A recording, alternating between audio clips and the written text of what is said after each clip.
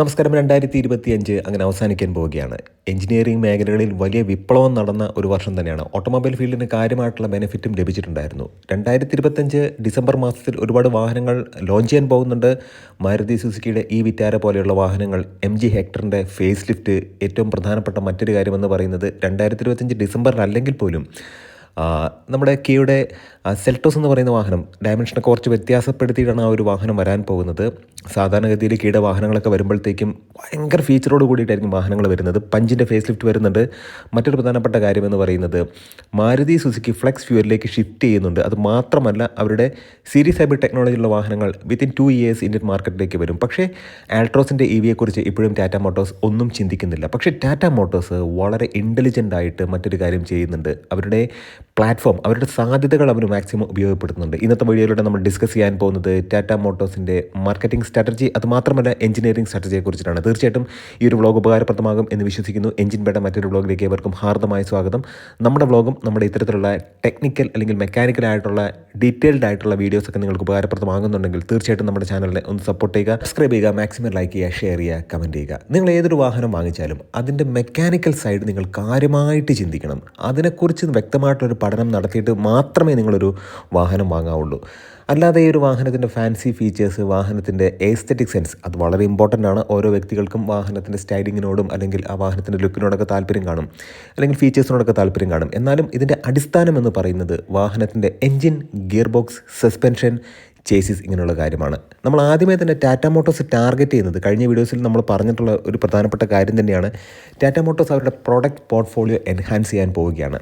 4.3 മീറ്ററിനും 4.7 മീറ്ററിനും ഇടയ്ക്കുള്ള ആ ഒരു ഗ്യാപ്പ് അവർ മാക്സിമം യൂട്ടിലൈസ് ചെയ്യുകയാണ്. അതിനാണ് ഈ ആർഗോസ് എന്ന് പറയുന്ന പ്ലാറ്റ്ഫോം തന്നെ കൊണ്ടുവന്നത്. നമുക്കറിയാം, all terrain ready Omni energy and geometry scalable architecture എന്ന് പറയുന്ന വളരെ മികച്ച ഒരു പ്ലാറ്റ്ഫോമാണ് എന്നവർ അവകാശപ്പെടുന്ന ഒരു പ്ലാറ്റ്ഫോമാണ് ആർഗോസ് എന്ന് പറയുന്നത്. ഇതിലാദ്യം വരുന്ന വാഹനം എന്ന് പറയുന്നത് ടാറ്റ മോട്ടോഴ്സിൻ്റെ സിയറ തന്നെയാണ്. 4.7 മീറ്റർ വരെ വാഹനങ്ങൾ നിർമ്മിക്കാൻ കേപ്പബിൾ ആയിട്ടുള്ള ഒരു പ്ലാറ്റ്ഫോമാണ്. വിവിധ ബോഡി ഷെൽ സ്ട്രക്ചറിലുള്ള വാഹനങ്ങൾ കൊണ്ടുവരാൻ കേപ്പബിൾ ആയിട്ടുള്ള പ്ലാറ്റ്ഫോമാണ്. അതിന് ഏറ്റവും പ്രധാനപ്പെട്ട കാര്യമെന്ന് പറയുന്നത് ഓൾ വീൽ ഡ്രൈവ് കേപ്പബിലിറ്റി ഉള്ള വാഹനങ്ങൾ വരെ ഈ ഒരു പ്ലാറ്റ്ഫോമിൽ കൊണ്ടുവരാൻ കഴിയും. പിന്നെ എടുത്തു പറഞ്ഞൊരു കാര്യം, ടാറ്റ മോട്ടോഴ്സ് 19 ഇഞ്ചിൻ്റെ വീൽസ് വരെ ഇൻകോർപ്പറേറ്റ് ചെയ്തത് ഈ ഒരു പ്ലാറ്റ്ഫോമിലാണ്. വളരെ, അതായത് നമുക്ക് അങ്ങനെ പറയാൻ കഴിയില്ല, മറ്റ് പ്ലാറ്റ്ഫോമിൽ അവർ ഇൻകോർപ്പറേറ്റ് ചെയ്തിട്ടുണ്ട്. പക്ഷേ ഇവിടെ വളരെ സ്ക്യൂസ് ചെയ്ത് ഈ ഒരു വാഹനത്തിലേക്ക് 19 ഇഞ്ച് വീല് കൊണ്ടുവന്നു എന്ന് പറയാൻ കഴിയില്ല. ടാറ്റ മോട്ടോഴ്സിൻ്റെ chief product officer Mohan Savarkar, അദ്ദേഹത്തിൻ്റെ വാക്കുകൾ പ്രകാരം ടാറ്റ മോട്ടോഴ്സ് ഈ ഒരു പ്ലാറ്റ്ഫോം കൊണ്ടുവന്ന് തന്നെ വിവിധ നെയിം പ്ലേറ്റിലുള്ള വാഹനങ്ങൾ കൊണ്ടുവരാൻ വേണ്ടിയിട്ടാണ്. സീറയുടെ ഓൾ വീൽ ഡ്രൈവ് കൺഫേം ആണ്. പക്ഷേ CNGയിലേക്ക് വരികയാണെന്നുണ്ടെങ്കിൽ CNG വാഹനങ്ങൾ വലിയ എഞ്ചിൻ ഓപ്ഷനുള്ള വാഹനങ്ങളിൽ കൊണ്ടുവരാനുള്ള സാധ്യത വിരളമാണ്. നമ്മൾ CNGയെക്കുറിച്ച് പറയുമ്പോൾ ഒരു കാര്യം ആഡ് ചെയ്യണം. Maruti Suzuki under body fitted ആയിട്ടുള്ള അല്ലെങ്കിൽ CNG വാഹനങ്ങളുമായിട്ട് ഇന്ത്യൻ മാർക്കറ്റിലേക്ക് വരുന്നുണ്ട്. അത്തരത്തിൽ വരാൻ പോകുന്നൊരു വാഹനം ബ്രസയാണ്. ബ്രസയുടെ ഫേസ് ലിഫ്റ്റ് വരും എന്നുള്ള രീതിക്ക് വാർത്തകളൊക്കെ വരുന്നുണ്ട്. പക്ഷേ ബ്രസയുടെ ഫേസ് ലിഫ്റ്റ് വരാനുള്ള സാധ്യത വളരെ കുറവാണ്. പക്ഷേ CNG അണ്ടർ ബോഡി ഫിറ്റഡ് ആയിട്ടുള്ള, അല്ലെങ്കിൽ CNG ടാങ്ക് അണ്ടർ ബോഡിയിലേക്ക് കൊണ്ട്, ഇപ്പം നമ്മൾ വിക്ടോറിയസിലൊക്കെ കണ്ടതുപോലെ തന്നെ അണ്ടർ ബോഡിയിൽ CNG ഫിറ്റ് ചെയ്തിട്ടുള്ള മോഡലുകൾ വരാനുള്ള സാധ്യതയുണ്ട്. ഒരു കാര്യം കൂടി എടുത്തു പറയട്ടെ, smart hybrid feature Maruti Suzuki manual transmission ബ്രസയിൽ നിന്ന് ഒഴിവാക്കിയിട്ടുണ്ടായിരുന്നു. പക്ഷേ ഏറ്റവും ടോപ്പ് എൻഡ് 2 വേർഷനിലേക്ക് ആ ഒരു സ്മാർട്ട് ഹൈബ്രിഡ് ഫീച്ചർ കൊണ്ടുവന്നു എന്നുള്ളൊരു കാര്യം കൂടെ ഞാൻ ഇടയ്ക്ക് ആഡ് ചെയ്തു എന്ന് മാത്രമേ ഉള്ളൂ. അത് മാത്രമല്ല, മാരുതി സുസുക്കിയെ മാറ്റി നിർത്തുമ്പോഴത്തേക്കും നമ്മൾ ടാറ്റയിലേക്ക് വരാം. ടാറ്റയുടെ പ്രധാനപ്പെട്ട മറ്റൊരു കാര്യം എന്ന് പറയുന്നത് പുതിയ എഞ്ചിനുകൾ അവർ ഇൻട്രൊഡ്യൂസ് ചെയ്തു എന്നുള്ളതാണ്. നമുക്കറിയാം, 1.5 NA പെട്രോൾ അവർ കൊണ്ടുവന്നിട്ടുണ്ട്. 106 bhp പവർ മാത്രമാണ് ആ ഒരു എഞ്ചിനുള്ളത്. നമ്മൾ കഴിഞ്ഞ വീഡിയോസിൽ പറഞ്ഞതാണ് 145 Nm ടോർക്ക്. അങ്ങനെ വരുമ്പോഴത്തേക്കും ആ ഒരു എഞ്ചിൻ കേപ്പബിൾ ആണോ എന്നൊരു വലിയൊരു സംശയമുണ്ട്. പക്ഷേ നമ്മൾ 1.5 turbo charged gasoline direct injection എന്ന് പറയുന്ന വേരിയൻറ്റിലേക്ക് നോക്കുമ്പോഴത്തേക്കും അവിടെ ഡ്യുവൽ ക്ലച്ച് ട്രാൻസ്മിഷനാണ് കൊടുത്തിട്ടുള്ളത്. അവർ ഏറ്റവും പ്രധാനപ്പെട്ട കാര്യം എന്താണെന്ന് ചോദിച്ചിട്ടുണ്ടെങ്കിൽ, ഡ്യുവൽ ക്ലച്ച് ട്രാൻസ്മിഷന് അതിൻ്റെ മെയിൻ്റനൻസ് വളരെയധികം കൂടും എന്നുള്ളത് യാഥാർത്ഥ്യമാണ്. ഡീറ്റെയിൽഡ് ആയിട്ട് നമ്മൾ ടെക്നിക്കൽ ആസ്പെക്റ്റിലേക്ക് കടക്കുന്നില്ല. അത് ചിലപ്പോൾ സമയമെടുക്കുകയും അത് മാത്രമല്ല വളരെ ബോറിംഗ് ആയിട്ട് മാറാനുള്ള സാധ്യതയുണ്ട്. എന്നാൽ പോലും ഈ dual clutch transmission bumper to bumper ട്രാഫിക്കിൽ അത്ര കണ്ട് ബെനിഫിറ്റായിട്ട് തോന്നുന്നില്ല. ഈവൻ വാഹനം ഓടിക്കുമ്പോൾ വളരെ നല്ല രീതിക്കുള്ള ഒരു സീംലെസ് ആയിട്ടുള്ളൊരു ഡ്രൈവിംഗ് എക്സ്പീരിയൻസ് ഒക്കെ നമുക്ക് ലഭിക്കുമെങ്കിലും മെയിൻ്റനൻസ് സൈഡിലേക്ക് വരുമ്പോഴത്തേക്കും വളരെയധികം കൂടിയൊരു മെയിൻ്റനൻസ് ആണ് ഈ ഡ്യുവൽ ക്ലച്ച് ട്രാൻസ്മിഷൻ വാഹനങ്ങൾക്ക് വരുന്നത്, അല്ലെങ്കിൽ അത്തരത്തിലുള്ള ട്രാൻസ്മിഷൻ വരുന്നത്. റബ്ബർ ബാൻഡ് ഇഫക്റ്റ് ഉള്ള CVT ട്രാൻസ്മിഷനേക്കാൾ എന്തുകൊണ്ടും നല്ലത് ഇത്തരത്തിലുള്ള ഡ്യുവൽ ക്ലച്ച് ട്രാൻസ്മിഷൻ തന്നെയാണ് വലിയ വാഹനങ്ങൾക്ക് എന്നാണ് ടാറ്റ മോട്ടോഴ്സിൻ്റെ ചീഫ് പ്രൊഡക്റ്റ് ഓഫീസറായിട്ടുള്ള മോഹൻ സർവർക്കറിൻ്റെ അഭിപ്രായം. മറ്റൊരു കാര്യമെന്ന് പറയുന്നത് എഞ്ചിൻ്റെ ഒരു സൈഡിലേക്ക് നോക്കുമ്പോഴത്തേക്കും ഡീസലാണ്.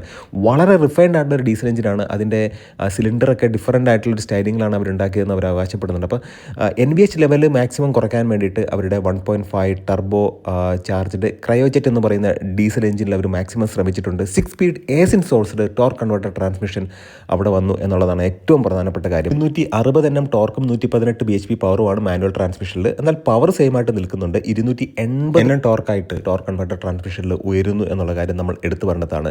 മറ്റൊരു പ്രധാനപ്പെട്ട കാര്യമെന്ന് പറയുന്നത് വിവിധ ബോഡി ഷെൽ സ്ട്രക്ചറിൽ വിവിധ ടൈപ്പ് വാഹനങ്ങൾ, അതായത് കൂപ്പേ കൈൻഡ് ഓഫ് ഡിസൈൻ ഉണ്ടായിരിക്കും, MPV വാഹനങ്ങളുണ്ടായിരിക്കും, ക്രോസ് ഓവർ SUVs ഉണ്ടായിരിക്കും. ഇത്തരം വാഹനങ്ങളൊക്കെ ഈ ഒരു ആർഗോസ് പ്ലാറ്റ്ഫോമിൽ വരാനുള്ള സാധ്യതയുണ്ട്. എന്നാൽ ഹൈബ്രിഡ് എഞ്ചിനുകൾക്ക് ഒരുപാട് സാധ്യതയുണ്ട് എന്നാണ് അവർ അവകാശപ്പെടുന്നത്. Turbo charged gasoline direct injection എന്ന് പറയുന്ന 1.5 ലിറ്റർ എഞ്ചിൻ 160 PS പവറും 255 Nm ടോർക്കുമായിട്ട് ഇപ്പോൾ ലിമിറ്റ് ചെയ്തിട്ടുണ്ട്. പക്ഷേ അതിൻ്റെ കേപ്പബിലിറ്റി എന്ന് പറയുന്നത് 170 bhp പവറും 280 Nm ടോർക്കുമാണ്. അപ്പോൾ ആ ഒരു എഞ്ചിനിലേക്ക് ഹൈബ്രിഡ് വാഹനങ്ങൾ അല്ലെങ്കിൽ അതിനെ ഹൈബ്രിഡൈസേഷൻ ചെയ്യാനുള്ള സാഹചര്യം വളരെ കൂടുതലാണ്. എന്നാൽ CNG എന്ന് പറയുന്നത് പോസിബിലിറ്റി മാത്രമാണുള്ളത് എന്നാണ് ഇപ്പോൾ കമ്പനി അവകാശപ്പെടുന്നത്. തീർച്ചയായിട്ടും ടാറ്റ മോട്ടോഴ്സ് മികച്ച വാഹനങ്ങളുമായിട്ട് ഇന്ത്യൻ മാർക്കറ്റിലേക്ക് വരും. സസ്പെൻഷൻ എന്ന് പറയുന്നത് ഇപ്പോൾ എല്ലാ വാഹന നിർമ്മാതാക്കളും, എക്സ്പെഷ്യലി മഹീന്ദ്രയാണ് അതിനൊരു തുടക്കം ഉണ്ടാക്കി വെച്ചത്. XUV 700 ഒക്കെ നമ്മൾ നോക്കുകയാണെന്നുണ്ടെങ്കിൽ സെമി ആക്റ്റീവ് ഇൻഡിപെൻഡൻറ്റ് സസ്പെൻഷനൊക്കെ കൊണ്ടുവന്നിട്ടുണ്ട്. ഈവൻ ബൊലെറോ നിയോയിൽ പോലും ഫ്രീക്വൻസി ഡിപ്പെൻഡൻറ്റ് ഡാമ്പിംഗ് പോലുള്ള കാര്യങ്ങളൊക്കെ ടാറ്റ മോട്ടോഴ്സ് അല്ല മഹീന്ദ്ര കൊണ്ടുവന്നു എന്നുള്ളതാണ്. അപ്പോൾ ടാറ്റ മോട്ടോഴ്സും ആ ഒരു ചുവട് വെച്ചിട്ട് FDD ഒക്കെ ഈ ഒരു വാഹനത്തിൽ കൊണ്ടുവന്നിട്ടുണ്ട്. തീർച്ചയായിട്ടും നമ്മൾ മനസ്സിലാക്കേണ്ട ഒരു കാര്യം, മെക്കാനിക്കൽ സൈഡ് നിങ്ങൾ കൃത്യമായിട്ടൊരു വാഹനം വാങ്ങുമ്പോൾ ശ്രദ്ധിക്കണം. എന്തുകൊണ്ടാണ് ഇഗ്നിസിനെ നമ്മൾ പല വീഡിയോസിലും പുഷ് ചെയ്യുന്നത് എന്ന് ചോദിച്ചാൽ അതിൻ്റെ എൻജിൻ, ഗിയർ ബോക്സ്, അതിൻ്റെ ക്യാമറാട്രിയാണ്. അത് മാത്രമല്ല ആ ഒരു വാഹനത്തിൻ്റെ കോമ്പാക്ട് സൈസും അതിൻ്റെ ക്വാളിറ്റിയൊക്കെയാണ്. അതുപോലെ തന്നെയാണ് മറ്റു പല, ഇപ്പം ഫോർ എക്സാമ്പിൾ ബൊലെറോ നിയോ, നമ്മൾ പഴയ ബൊലെറോ നിയോ ആയിട്ട് കമ്പയർ ചെയ്യേണ്ട കാര്യമൊന്നുമില്ല. നിങ്ങളിപ്പം ടോപ്പിക്കിൽ നിന്ന് തെന്നി മാറുന്നതല്ല. 9.99 ലക്ഷം രൂപ എക്സ്-ഷോറൂം പ്രൈസിൽ rear wheel drive, ladder on frame, അതുമാത്രമല്ല ഇത്രയും ടോർക്കി ആയിട്ടുള്ള ഒരു എഞ്ചിൻ, 260 Nm ടോർക്ക് റേറ്റ് ചെയ്യുന്ന ആ ഒരു എഞ്ചിൻ 3 സിലിണ്ടറാണ് നമുക്കറിയാം. 3 സിലിണ്ടർ ടർബോയാണ്. അത്തരത്തിൽ, അതായത് MHOK 100 എന്ന് പറയുന്ന എഞ്ചിനാണ് ബൊലെറോ നിയോയിലുള്ളത്. അപ്പോൾ അത്തരം വാഹനങ്ങൾ വാങ്ങുന്ന ആളുകൾ അവർ മെക്കാനിക്കൽ സൈഡ് നോക്കി മാത്രമായിരിക്കും മേടിക്കുന്നത്. തീർച്ചയായിട്ടും ഒരു വളരെയധികം ഒരു പ്രതീക്ഷയോടുകൂടിയാണ് ടാറ്റ മോട്ടോഴ്സിൻ്റെ ഫ്യൂച്ചറിനെ നമ്മൾ കാണുന്നത്. പക്ഷേ സർവീസ്, ആഫ്റ്റർ സെയിൽസ് നന്നായില്ലെങ്കിൽ എത്ര നല്ല പ്രോഡക്റ്റ് ഇറക്കിയിട്ടും ഒരു കാര്യമില്ല. തീർച്ചയായിട്ടും നമ്മുടെ പണമാണ്, നമ്മൾ വളരെ കൃത്യമായിട്ട് ആലോചിച്ചിട്ടാണ് ഓരോ പണവും ഇൻവെസ്റ്റ് ചെയ്യേണ്ടത്. അതങ്ങനെ തന്നെ ചെയ്യുകയും വേണം. തീർച്ചയായിട്ടും ഈ ഒരു കോണ്ടന്റ് ഉപകാരപ്രദമായി എന്ന് വിശ്വസിക്കുന്നു. നല്ല ഇൻഫർമേറ്റീവ് ആയിട്ടുള്ള വീഡിയോസ് കൊണ്ട് വീണ്ടും കാണാം. ഇവിടെ എടുത്തു പറഞ്ഞോട്ടെ, 2025 ആകുമ്പോഴത്തേക്കും 10 പാസഞ്ചർ ഇലക്ട്രിക് കാറുകൾ ടാറ്റ മോട്ടോഴ്സ് ഇന്ത്യൻ വിപണിയിൽ കൊണ്ടുവരും എന്ന് പറഞ്ഞിരുന്നു. അതിൽ 2019 കാണിച്ച ടാറ്റ മോട്ടോഴ്സിൻ്റെ ആൾട്രോസിൻ്റെ EV ഇതുവരെ അവർ ഒഫീഷ്യലി ഒന്നും പറഞ്ഞിട്ടില്ല. ആ ഒരു വാഹനം എന്ന് വരും എന്നുള്ളതിനെക്കുറിച്ച് നമ്മൾ ഒരുപാട് വെയിറ്റ് ചെയ്യുന്നുണ്ട്. ഒരു പുതിയൊരു അവതാരത്തിൽ സസ്പെൻഷനിലൊക്കെ കാര്യമായിട്ടുള്ള വ്യത്യാസം വരുത്തി, പ്ലാറ്റ്ഫോമിലൊക്കെ വ്യത്യാസം വരുത്തിയിട്ടായിരിക്കും ആ ഒരു വാഹനം വരാൻ പോകുന്നു എന്ന വാർത്തകൾ വരുന്നുണ്ട്. തീർച്ചയായിട്ടും പ്രതീക്ഷയോടെ കാത്തിരിക്കാം. നല്ല വ്ളോഗ്സ് വേണം വീണ്ടും കാണാം. സ്നേഹത്തിനും സപ്പോർട്ടിനും ഒരിക്കൽ കൂടെ നന്ദി. നമസ്കാരം.